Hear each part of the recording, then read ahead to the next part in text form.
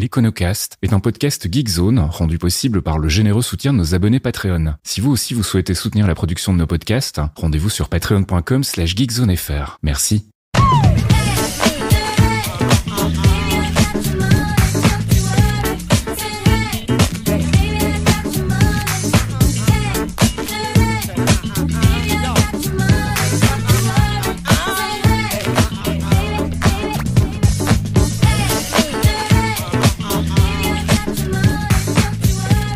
Bonjour Geekzone et bienvenue dans un nouvel épisode de l'Econocast. Ici, on a décidé de réactiver le podcast qui s'était mis en pause l'année dernière pour des raisons professionnelles, parce qu'on avait envie d'en faire un, voilà, tout simplement, un petit Econocast d'été dans lequel on va répondre à quelques petites questions qui ont popé sur le forum de Geekzone et puis aussi essayer de vous faire surtout des recommandations en fait de lecture, de vidéos, de choses à consulter par rapport à tout ce qui se passe notamment aux États-Unis mais aussi en France, parce que on se rend compte qu'en fait il se passe à peu près la même chose, même si on s'en rend pas toujours compte. Et on va faire ça bien évidemment avec mon complice habituel, à savoir Mickaël Vincent. Bonjour Mickaël. Salut Fasquille, bonjour à toutes et à tous, vous m'avez manqué. Allez, carrément. Comme dirait Valérie Pécresse, je sais pas si tu as ce... Non, je t'avoue que généralement je change de chaîne quand je la vois sur mon écran de télé. Donc, Alors, l'idée c'était effectivement de faire quelques recos, surtout principalement, et donc de tourner un petit peu autour de l'actualité côté États-Unis, d'un point de vue spécifiquement économique, donc forcément, puisque c'est la spécialité du podcast. Le gros point, si je dis pas de bêtises, tu m'arrêtes, mais le gros événement, on va dire entre guillemets, côté économique du côté des États-Unis, c'est bien évidemment la Big Beautiful Bill. Enfin, c'est en tout cas comme ça que Trump voulait l'appeler. Puis si j'ai bien compris, les démocrates ont réussi à faire retirer le nom à la dernière minute, comme quoi ils servent pas à rien, pas toujours en tout cas. Et l'idée, c'est donc de voir un peu ce qu'elle propose, cette Big Beautiful Bill. Et on va voir que sans surprise, on renforce un petit peu le pouvoir des gens qui sont déjà très riches et on va aller chercher ça dans les poches des pauvres. Est-ce que tu veux nous expliquer un petit peu en deux mots en quoi ça consiste, cette Big Beautiful Bill aux États-Unis? Déjà, oui, contextualiser, évidemment. Difficile comme l'appelle Caféine de passer à côté du gros orange qui va forcément qui a un impact là depuis les 6 derniers mois sur la vie économique. Donc, et c'est pas fini. Donc oui, on revient cet été pour un Econocast. On n'a pas dû chercher longtemps quel sujet traiter. C'est l'éléphant au milieu de la pièce, clairement. Et puis, ceci dit, même si je leur en veux beaucoup aux démocrates, pour rebondir sur ce que tu dis, il commence à se passer des choses un peu intéressantes aussi du côté de New York chez les démocrates. Donc, tout espoir est permis. Écoute, essayons de garder un certain optimisme. Et effectivement, on espère aussi qu'ils puissent décrocher un petit peu plus de victoires au Congrès. En tout cas, ce qui est certain, c'est que la dernière grosse victoire au Congrès, elle est encore une fois du côté de Donald Trump et de sa Big Beautiful Bill. Alors, la Big Beautiful Bill, il y a d'abord Big. Et ce qui est important de noter, c'est que on parle quand même d'un investissement qui va représenter 3300 milliards de dollars sur 10 ans. Ça représente 1,5 fois le PIB américain, donc c'est quand même un investissement massif. Et c'est surtout une des premières inquiétudes, et on va revenir, je pense, un peu plus dans le détail, le fait que ça va évidemment creuser la dette américaine de manière assez substantielle. Ce qui coûte le plus cher dans cette Big Beautiful Bill, c'est avant tout des tax cuts, des réductions fiscales pour les entreprises, dans la continuité de ce qui avait été fait déjà lors de Trump 2016. Et ça, c'est vraiment ce qui va coûter le plus cher par an. Pour justifier ces cadeaux aux entreprises, on va faire des coupes vraiment malheureuses dans le Medicaid, donc la sécu américaine, dans l'aide alimentaire, qui concerne quand même 40 millions d'Américains, donc c'est pas rien, c'est plus de 10% quand même de la population. Ouais, toutes les aides sociales, en gros, vont trinquer, quoi. Donc les aides sociales, on est sur un projet fondamentalement antisocial, où on va déshabiller les plus pauvres pour donner aux plus riches, sachant que c'est pas tout à fait les vases communicants, parce que les coupes dans la sécurité sociale ou dans l'aide alimentaire, elles sont importantes, mais le budget alloué à ces lignes de dépenses sont pas énormes en fait en comparaison, alors que les réductions fiscales qui sont financées à côté sont énormes. Donc c'est pour ça que il va y avoir un besoin d'aller chercher aussi l'argent ailleurs. Donc en tout cas, on prend aux pauvres pour donner aux plus fortunés, et on va aussi aller chercher notamment de l'argent sur les marchés. Non anecdotique également, l'augmentation du budget de la défense, l'augmentation des contrôles aux frontières. On est à 150 milliards pour l'augmentation du budget de la défense et à 129 milliards pour l'augmentation de tout ce qui concerne le contrôle à la frontière, donc notamment tout ce que fait ICE en ce moment. Et alors je voulais juste, avant de te rendre la parole, rappeler que ICE, pour le moment, c'est un budget annuel de 8 milliards et qu'il y a quand même des allocations qui sont prévues autour de 170 milliards d'ici 2029. Donc, alors c'est pas tout à fait comparable, mais ça démontre quand même qu'on passe d'un petit volume à un volume beaucoup plus important, et ça, pour le coup, ça rentre dans une volonté qui, moi, me fait un petit peu peur, on va dire. C'est complètement flippant. On est clairement sur un changement d'échelle, là. On a multiplié, non pas par 2 ou par 3, mais par 10, par 15. C'est absolument flippant. Mais, et puis, pour conclure ce paquet d'affronts, évidemment, des lignes de budget qui vont être allouées au gaz et au pétrole, au détriment, bien évidemment, des énergies vertes, pour conclure un petit peu ce shit show. Un gros retour en arrière, donc. Et puis, je voulais en parler parce que c'est vrai qu'on a tendance, dans l'Hexagone, à pointer souvent les États-Unis du doigt en se moquant, et oublier de regarder un petit peu la poutre qu'on a dans l'œil. On a des choses quand même similaires qui se mettent en place avec Bayrou, notamment en ce moment. En gros, renforcement du budget de la défense. On va chercher dans les poches des pauvres pour continuer de financer les entreprises et les plus riches. Donc, on a un peu un schéma similaire en France. Donc, faut pas trop se réjouir de se dire que ça se passe de l'autre côté de la planète. Ça se passe aussi chez nous, malheureusement. Un effet qui se coule en 2 temps cette fois-ci, parce que il est vrai que notamment Bayrou à l'époque de ses premières campagnes mettait beaucoup en avant l'exemplarité et puis aussi la rigueur budgétaire. En 2007, pour les plus âgés d'entre nous, vous en souvenez peut-être, il avait sorti un budget à 0 € où en fait chaque dépense était compensée par soit une réduction, soit un impôt, etc. Là, on n'y est plus du tout. Le budget effectivement qui est discuté actuellement pour 2026 en France, effectivement cherche à faire des économies. Donc c'est là où est un petit peu la différence avec le budget américain, qui lui va fondamentalement creuser la dette. Mais il y a quand même des points de comparaison, notamment l'augmentation du budget de la défense, peut-être un des seuls budgets qui va augmenter en France. Une année blanche, des suppressions de jours fériés, donc tout ça qui va évidemment coûter le plus cher aux plus démunis, et notamment aux travailleurs. Et surtout en filigrane, s'il faut pas oublier, la continuation d'une politique qui, elle, a commencé en 2017 à l'arrivée de Macron, d'exemption fiscale, de réduction fiscale aux entreprises qui pèsent énormément. C'est-à-dire que quand on regarde une réduction du budget français d'ordre de 40 milliards, comme annoncé par Bayrou, ce qu'il faut voir, c'est que les aides aux entreprises, en comparaison, représentent 4 à 5 fois plus que ces 40 milliards. Donc on aurait pu effectivement avoir un autre arbitrage budgétaire et fiscal, mais il y a effectivement une certaine logique comparable. Certes, justifiée, je mets des grosses guillemets autour de ça, sur le côté il faut réduire le déficit, là où au côté américain on est en train de le faire exploser, ce qui va pas être sans créer d'autres problèmes, mais même logique, augmentation de la défense et une réduction finalement des amortisseurs sociaux pour justifier des réductions fiscales pour les entreprises les plus fortunées. Alors on le disait tout à l'heure, un des impacts principaux de cette Big Beautiful Bill aux États-Unis, c'est que, comme tu le disais, ça va creuser la dette. La dette, on en avait déjà parlé dans l'Econocast, puisqu'à la base, le projet du podcast, c'était vraiment de vulgariser des notions d'économie et de finance. On avait parlé dès le 2e épisode, la dette publique. Donc, je vous invite à aller rejeter une oreille sur l'épisode où on expliquait un petit peu ce que c'était. On a des choses à vous recommander du côté de la dette, ou en tout cas, si vous voulez vous cultiver un petit peu sur ce que c'est, sur les risques que fait courir actuellement Trump aux États-Unis par rapport à ça.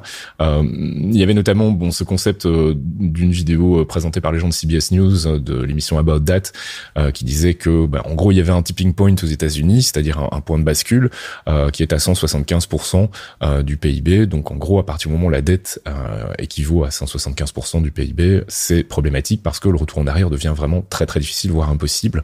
Je sais pas si tu voulais rappeler en quelques mots peut-être la notion de dette et pourquoi c'est important de faire attention de ne pas la creuser, justement.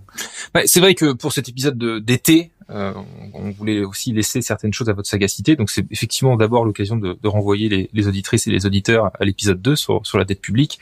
C'est un sujet sur lequel j'avais pas mal écrit aussi. Mon dernier petit bouquin sur le sujet couvre encore pas mal. Enfin d'ailleurs, le conducteur de l'épisode 2 de l'Econocast s'inspire quand même assez fortement de ce que j'avais écrit dans ce petit bouquin. Déjà, la vidéo que tu recommandes, elle est plutôt bien foutue. C'est de la vulgarisation totale. Ça pose bien un petit peu les termes du sujet. à l'exception de cette espèce de seuil un peu magique qui est d'abord le 100% de dette par rapport comparé au PIB. C'est un truc qu'on avait déjà débunké donc dans l'épisode 2 en expliquant que déjà on comparait un flux avec un stock et puis de dire ça veut dire quoi 100% du PIB, ça veut dire qu'on arrête de manger pendant un an et toute la dette est remboursée. Ça n'a pas trop de sens et que si on comparait aussi la dette non pas par rapport au PIB donc au revenu annuel d'un pays, ce qui est produit sur un an, mais si on le comparait par exemple à la richesse nationale qui est en général 6 à 7 fois plus élevé, voilà tout de suite ça veut dire qu'on a un ratio de dette publique sur toute la richesse du pays d'ordre de grandeur de 15, 20, 25%. Bon, ça reste beaucoup, mais tout de suite, ça fait moins peur. Et donc, dans cette vidéo, il y a ce chiffre magique de 175%. Ça ne veut pas dire qu'il n'y a pas un seuil au-delà duquel la dette publique peut avoir des problèmes, mais le chiffre de 175, qui est peut-être mal expliqué dans la vidéo, c'est qu'en fait, c'est la réponse à une équation dans laquelle on a mis des paramètres qui sont aussi un petit peu subjectifs, et que on peut avoir des pays qui sont juste à 80% de dette sur le PIB, et c'est déjà problématique. Et tu peux avoir des pays qui vont être à 200% de dette sur le PIB, et ça va pas être problématique. Quel genre de facteurs peuvent être pris en compte? Déjà, le pouvoir de la monnaie et la stabilité de l'économie. C'est sûr que quand tu es la monnaie numéro 1, celle qui gère les échanges partout dans le monde, quand tu as une dette en dollars, tout de suite c'est un peu plus facile. Donc tu vas pouvoir te permettre des seuils un peu plus hauts. Et c'est peut-être pour ça que 175, finalement, quelque part, pour beaucoup, ça peut être vu comme un seuil finalement assez élevé. Mais il est clair que un projet, même une loi comme la Big Beautiful Bill va fortement augmenter la probabilité d'atteindre ce seuil. C'est clair. Ça peut être problématique pour d'autres raisons, effectivement. Donc si la monnaie est moins forte, ça peut être si l'économie aussi est moins forte. C'est sûr qu'on peut se permettre de faire plus de dettes si justement le PIB augmente plus vite, ou s'il y a de l'inflation. C'est aussi l'inflation, c'est relativement négatif pour l'économie en général, mais ça a un effet positif, c'est que ça a tendance à faire fondre la dette, toute chose étant égale par ailleurs. Je pense que le point qui est mal abordé dans la vidéo, mais qui est le plus important et qui fait un peu le tipping point, c'est quand même un peu abordé, mais pas aussi précisément que j'aurais aimé ou que je l'aurais fait moi-même entre guillemets, si je puis me permettre de le dire comme ça. C'est finalement non pas la dépense associée au fait de rembourser la dette, parce que cette dette-là en général on la rembourse pas, elle est roulante, c'est-à-dire quand elle arrive à maturité, on en émet une nouvelle et puis on essaie de garder, parce que cette dette aussi elle est utilisée, c'est des instruments financiers qui sont utilisés par les banques, par les fonds d'investissement, donc elle est pas problématique en tant que telle. Ce qui peut être problématique, c'est le remboursement des intérêts de cette dette. Et quand on emprunte à 0% ou à 1%, le coût du remboursement des intérêts de la dette est pas élevé sur le budget. Quand la dette est à 4, 5, 6%, et là encore je parle d'économies avancées comme les États-Unis ou comme en Europe, mais on a pu voir des taux en Argentine, en Grèce, quand il y a eu des problèmes qui allaient à 10, 15, 20% d'intérêt sur la dette. Là, ça commence à être énorme.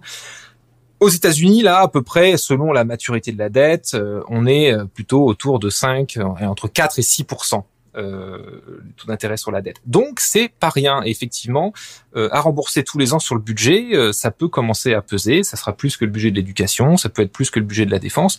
Donc c'est là où peut y avoir un tipping point. C'est le moment où en fait le coût des intérêts de la dette à payer, voilà, très régulièrement tous les ans, commence à prendre une part démesurée dans votre budget, ce qui vous empêche de faire autre chose et qui peut avoir un effet un peu domino. C'est probablement ça qui fait que l'auteur de la vidéo tombe sur 175%. Et c'est aussi pour ça, par ailleurs, que notre ami Donald Trump fout la pression un maximum sur Powell, le directeur de la Fed, puisque c'est lui qui a aussi un petit peu la main sur les taux d'intérêt. Alors, certes, les États-Unis, comme la plupart des pays développés, ont financé leur dette sur les marchés, donc pas directement auprès de la Banque centrale. La Banque centrale ne peut pas prêter aux États en général. C'est l'un des critères d'indépendance de la plupart des banques centrales modernes. Mais encore une fois, le taux de la Fed étant considéré comme le taux d'intérêt sans risque, la dette publique qui se retrouve sur les marchés est très très très corrélée au taux de la Banque centrale. Donc si demain la Fed fait passer ses taux de 5% à 2%, il y a de grandes chances que, par effet de transitivité, le taux de la dette publique, de la dette américaine, diminue d'à peu près autant, peut-être un petit peu moins, il y aura des effets de friction, Mais il est vrai que les États-Unis, relativement par rapport aux 15 dernières années où on a vu des réductions massives de taux d'intérêt, on a vu de la dette à 0%, on a vu de la dette parfois même à des taux négatifs. Donc on payait les États pour qu'ils puissent emprunter, ce qui est assez fou. Là, on est revenu aux États-Unis à une situation où les taux, ça c'est à cause de l'inflation. Je vous renvoie à d'autres podcasts qu'on avait fait sur le sujet, empruntent à des taux relativement chers. Et il est vrai que moi, j'ai pas d'avis sur la question. Je trouve par ailleurs, enfin si j'ai un avis sur la question, c'est que Donald Trump, il est quand même assez vache avec Powell qui essaie de tenir la baraque. Et justement, s'il garde les taux assez élevés, c'est pour avoir encore un petit peu de marge de manœuvre sous le pied, parce que ça peut pas être open bar vu ce que Donald Trump est en train de faire avec. Enfin, toute cette dépense-là, c'est pas des dépenses d'investissement, c'est vraiment de l'argent jeté par les fenêtres. Si Powell commence à encourager Trump en baissant les taux, et donc ça pourrait être encore un autre problème. Mais il est vrai que ce taux de 175%, j'arrive à la fin de ma démonstration, serait probablement beaucoup plus élevé à 200, 250%, qui sait, si les taux d'intérêt de la dette américaine étaient plus bas. Okay. Et c'est probablement ce point-là qui est un petit peu mal expliqué dans la vidéo.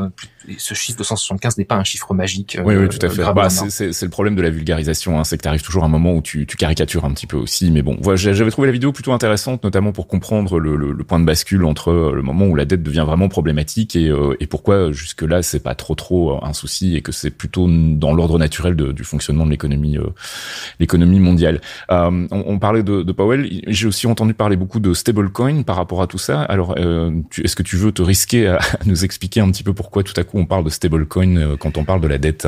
J'avais toujours mis un veto sur le fait de parler des cryptos, etc. Malheureusement, avec Trump, on n'a pas trop le choix. Ouais. Non, mais là, je vais pas rentrer dans le détail. Puis encore une fois, je vais vous renvoyer un article qui explique ça très bien dans le détail. Mais si je voulais faire un détour par le stablecoin, c'est parce qu'effectivement, d'ailleurs, Trump, on a beaucoup parlé de crypto. Déjà, Trump 1, entre guillemets, entre 2016 et 2020, c'était quand même un peu open bar sur les cryptos. Et là, ce qui devient un peu à la mode dans le discours, c'est le stablecoin, ce qui n'est pas exactement la même chose que les cryptos un petit peu à nu, où il n'y a pas de collatéralisation derrière, comme le Bitcoin, etc., sur lesquels je vous encourage évidemment à aller mettre toutes vos économies. Mais non, en fait, il y a cette espèce d'institutionnalisation, c'est-à-dire que on était un petit peu parfois sur le discours, sur le profit un peu rapide ou le rêve un peu anard de décentralisation avec le Bitcoin et les cryptos en général. Là, sur le stablecoin, on a changé de braquet, on est sur quelque chose de beaucoup plus institutionnalisé, qui va passer du coup par des banques, par des institutions financières beaucoup plus établies, et qui est collatéralisé derrière par la dette américaine. C'est là qu'il faut voir le cheval de Troie de cette petit peu institutionnalisation de la crypto via le stablecoin. C'est que pour financer son budget, et notamment la Big Beautiful Bill, pour un petit peu que ce déficit ne soit pas trop un problème, il faut vendre de la dette américaine. Il faut qu'elle soit sexy. Alors, il n'y a pas trop de problème pour acheter de la dette américaine aujourd'hui. Il est vrai que si on emprunte encore plus, il pourrait arriver à une espèce de tipping point, un taux ou un moment où les investisseurs seront peut-être moins intéressés par la dette américaine. Et donc, c'est une manière de faire aussi de l'expansion monétaire, donc de vendre du stablecoin. Ça force des gens finalement à acheter de la dette américaine. C'est vraiment ça le cheval de Troie, et ça a d'autres avantages aussi. C'est que pour des gens qui ne peuvent pas, parce que la masse monétaire du dollar est scalée, elle est assez importante, mais elle n'est pas non plus infinie. Je vous renvoie aussi aux éconocasts sur la création monétaire pour comprendre un petit peu ce qui fait la masse monétaire de l'euro ou du dollar. Et donc ça permet d'augmenter cette masse monétaire en disant vous n'avez pas directement un dollar, mais vous avez un stablecoin qui est presque aussi bon qu'un dollar, qui est adossé à la dette américaine. Ça peut être intéressant pour plein d'économies étrangères, justement.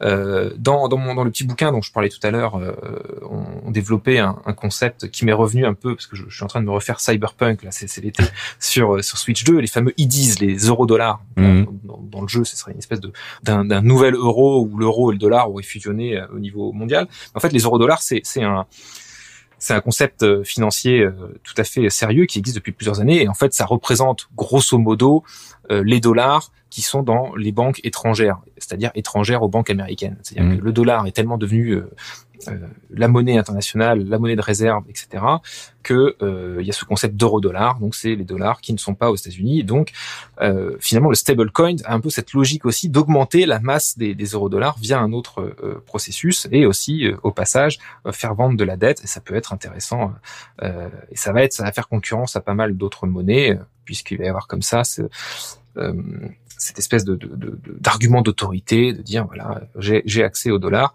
Ça a pas mal de risques aussi derrière, parce que cette dette américaine, est-ce qu'elle sera vraiment utilisée pour collatéraliser? Ça va créer plein de petites entreprises, ou en tout cas de petites entreprises, de petites PME de la crypto, qui vont pouvoir endosser les intérêts de la dette américaine directement dans leur poche, tout en vendant du stablecoin.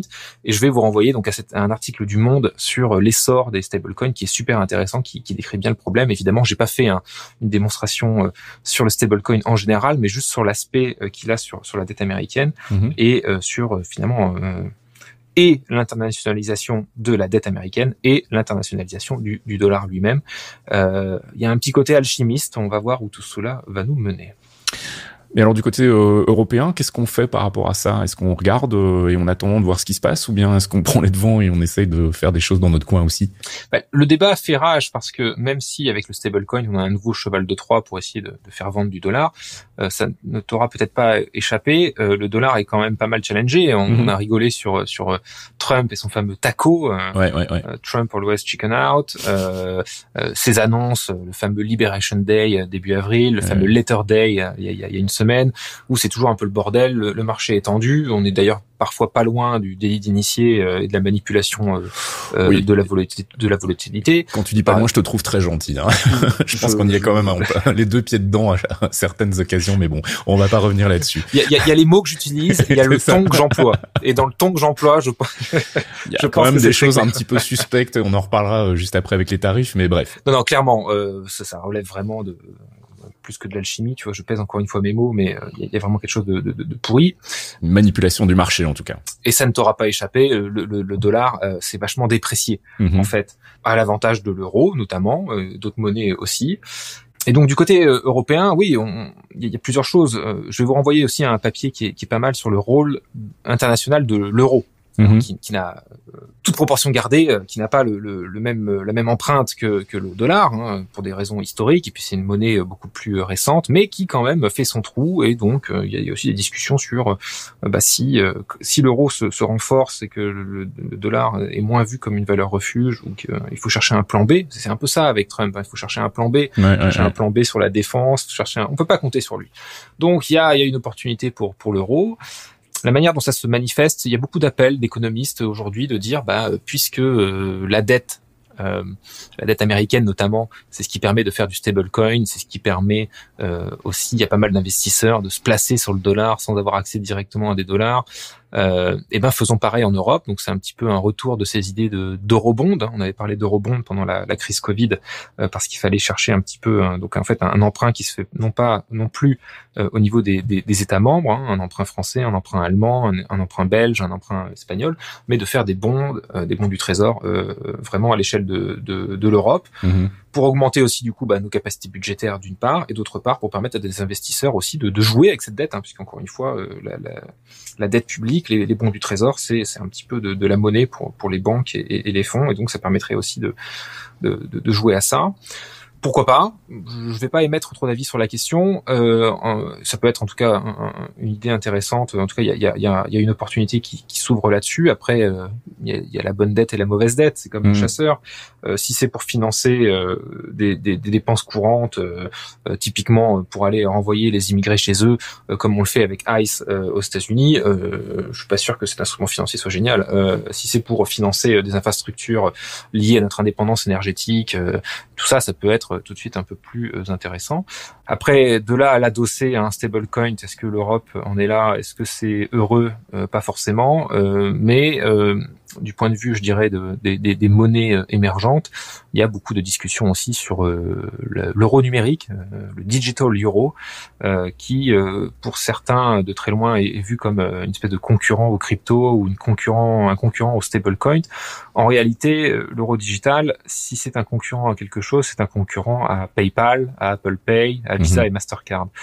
C'est pas inintéressant comme projet. Après, vous en pensez ce que vous voulez. Moi, j'utilise pas trop de cash en ce qui me concerne, mais c'est vrai que tous les paiements passent par des cartes, par des cartes bancaires, par des infrastructures qui, en général, ne sont pas européennes. Et donc, non seulement ce serait une alternative européenne, mais également, donc pour les paiements de tous les jours, mais également une alternative européenne public. Donc c'est un peu aux antipodes du coup du rêve anard de la crypto, mais un projet, je pense, qui a de l'avenir. Donc voilà un petit peu pour le petit wrap-up sur ce qui se passe en Europe en comparaison au atermoiement du dollar américain. Et comme je vois le timer avancer, je propose qu'on termine sur un autre sujet qu'on a évoqué un petit peu tout à l'heure et qui est aussi pas forcément toujours très facile à comprendre, c'est l'histoire des tarifs. Alors tarif, c'est un mot US, je sais pas si on appelle ça tarif en français aussi. En fait non, c'est ça qui voilà. est incroyable. Tout le monde dit tarif à longueur de temps, même sur les plateaux sur BFM, parce que les gens ont la flemme. Mais ce sont des droits de douane, les fameux tarifs à l'anglais. Ce sont des droits de douane, des taxes à l'importation, et c'est finalement pas si différent. Enfin, c'est vraiment la continuité du même sujet, parce que la logique au départ, je suis quand même un peu obligé d'insister sur ce lien. J'ai foncé tête bêche sur le fait que la Big Beautiful Bill, ça allait augmenter la dette, mais la vérité, c'est qu'en fait, Trump, il a besoin de thunes pour financer sa Big Beautiful Bill. Ça peut être effectivement par de la dette, et ça sera principalement par de la dette, mais il compte aussi beaucoup sur ses droits de douane, sur ses tarifs, pour effectivement encaisser de l'argent, pour essayer de financer un petit peu ses délires. Mais rappelons quand même la définition des tarifs, des droits de douane. C'est une taxe à l'importation qui sont payés par le pays importeur. Donc c'est une nuance qui est en fait assez évidente, mais qui fait du bien d'être rappelée. Quand Trump annonce que les produits européens vont être taxés à 30% à l'entrée du territoire américain, c'est pas les Européens qui payent ça, c'est le consommateur américain. Donc ça fait de l'argent pour Trump et sa Big Beautiful Bill, mais sur le dos des Américains, encore une fois. Alors, la réalité, et c'est un petit peu la raison pour laquelle Trump veut utiliser aussi ces outils-là, c'est qu'il dit, si les entreprises européennes veulent pas que les prix de ces produits-là augmentent par effet de transitivité de 30%, soit vous devez baisser un petit peu vos prix, et là, donc baisser vos marges, soit vous venez installer des usines directement chez nous aux États-Unis et vous n'aurez pas ces 30%. Mais rien n'empêche aux Européens de continuer à vendre au prix actuel et voir si ça impacte les ventes ou pas. Mais c'est in fine aux consommateurs américains que ces fameux tarifs, ces fameux droits de douane vont s'appliquer. Donc on est encore une fois sur une politique assez antisociale et surtout à double tranchant, parce que ça va peut-être effectivement affecter bien évidemment les pays qui exportent aux États-Unis, parce que les prix étant plus chers, on peut imaginer qu'ils vont vendre un peu moins. Mais dans l'eau, il y a des produits qui sont essentiels et le coût va être transmis à 100% aux consommateurs. Je tiens quand même à donner aussi quelques ordres de grandeur. La raison pour laquelle Trump voulait aussi idéologiquement lancer ces droits de douane, c'était pour dire qu'il avait des déficits commerciaux. Oui, les États-Unis importent beaucoup plus qu'ils n'exportent, et notamment avec l'Europe, le déficit commercial est assez important. C'est-à-dire que les Américains importent plus de 600 milliards de dollars de biens européens. Donc ça représente un déficit par rapport à ce que eux exportent ensuite aux Européens de plus de 230 milliards. Donc c'est vrai que ça fait quand même pas mal. Et si on considère des droits de douane là-dessus qui affecteraient soit les ventes, donc qui ferait baisser les ventes en fonction, on peut estimer que le pire scénario de ces droits de douane pourrait affecter le PIB européen, donc en manque à gagner, de l'ordre de un demi-point de PIB. C'est pas non plus l'apocalypse, c'est sûr que c'est un peu gênant quand l'estimation de croissance pour 2025, elle est de l'ordre de 0,5 points de PIB. C'est parce qu'on a une croissance atone que le chiffre en fait paraît énorme, mais c'est pas forcément. Et encore, c'est dans un scénario un peu vraiment négatif où il y aurait pas d'effet correctif.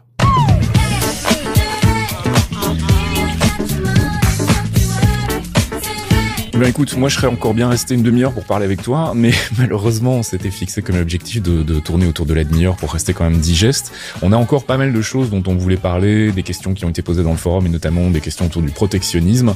Je propose qu'on essaie de refaire un deuxième épisode d'été, soit le mois prochain, soit à la rentrée en septembre quand on aura un petit peu de temps, en fonction de tes disponibilités bien évidemment. Ce sera plutôt au mois d'août je pense. Voilà, pas de problème, moi ça me va. Et puis du coup n'hésitez pas si vous avez encore d'autres questions qui vous viennent, de les rajouter dans les forums de Geekzone ou à venir nous les poser en direct. On est sur Discord, donc n'hésitez pas à nous solliciter aussi de ce côté-là.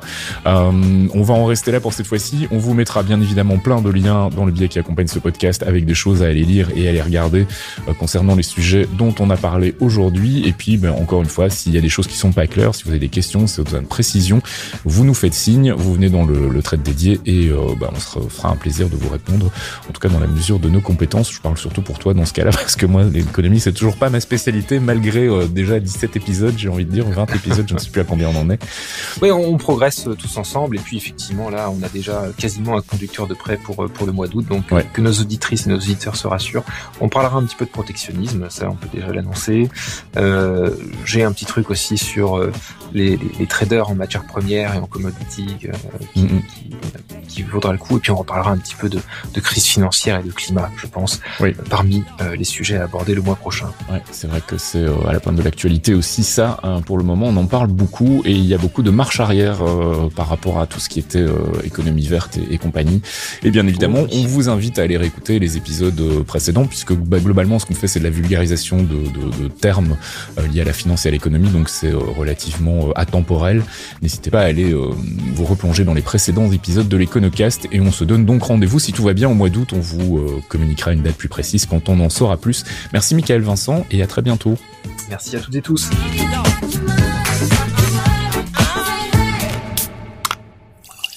Un podcast signé Faskill. Faskill.com.